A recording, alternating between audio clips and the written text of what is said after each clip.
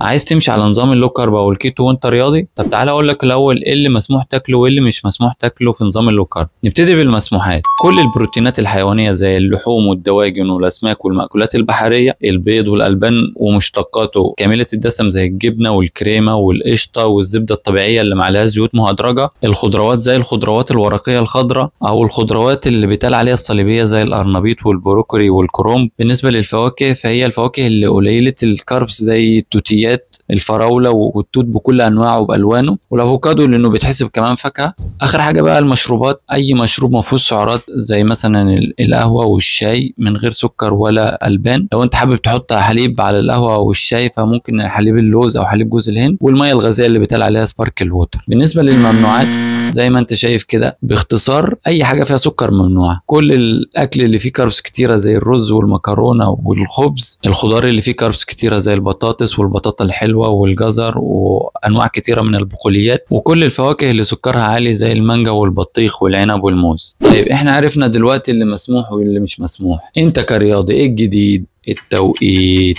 ايوه، انت لو ماشي على لو كارب وحابب تدخل نسبة بسيطة من الكاربس عشان تمرينك، فانت هتدخلها على حسب تمرينتك ومدتها شدتها. ونفترض مثلا ان انت ماشي على كيتو كلاسيك والمسموح ليك لغاية 50 جرام. بتيجي قبل التمرينة لو هي تمرينة جديدة قبل التمرينة بساعة او ساعة ونص او ساعتين، انصحك نصيحة مهمة جدا، جرب على جسمك. انت الوحيد اللي هتبقى اضرب جسمك. شوفها قبل ساعة، شوفها قبل ساعة ونص، شوفها قبل ساعتين، وشوف طاقتك في التمرين. لو انت حاسس ان انت لو دخلت الكربوهيدرات قبل التمرين بساعة وحسيت ان طاقتك قوية كمل على ساعة. لو حسيت انها قبل ساعة ونص احسن كمل على ساعة ونص. لو انت ماشي على كيتو كلاسيك بتدخل من حوالي من 20 ل 50 جرام كربوهيدرات قبل التمرينة وبتتمرن. طب احنا بنعمل كده ليه؟ بنزود الاداء وبنحسن الاداء عن طريق حاجتين، ان انت بتدخل كاربس فبتزود العضلات بجلايكوجين مؤقت. احنا عارفين ان الجلوكوز لما بيخش بتخزن في العضلات وبتخزن في الكبد، فانت لما بتدخل جلوكوز مؤقت بيروح للعضلات فبيحسن ادائك. تاني حاجة ان انت ما بتخرجش من الكيتوزية فبتستمر على حرق الدهون كمصدر للطاقه برضه، فانت كده عندك مصدرين للطاقه بتستخدمهم اثناء تمرينك. في النهايه احب اقول لك ابتدي بذكاء، يعني ما تقطعش الكاربس مره واحده، اقطعها تدريجيا، وفي نفس الوقت خلي تمرينتك تزيد شدتها تدريجيا لحد ما جسمك يعتمد على حرق الدهون عشان ينتج طاقه. طيب كل ده بقى كلام نظري. في الفيديوهات اللي جايه هوريك تطبيق عملي ازاي انا بدخل الكاربس في تمرينتي على حسب شدتها ومدتها. تابعني.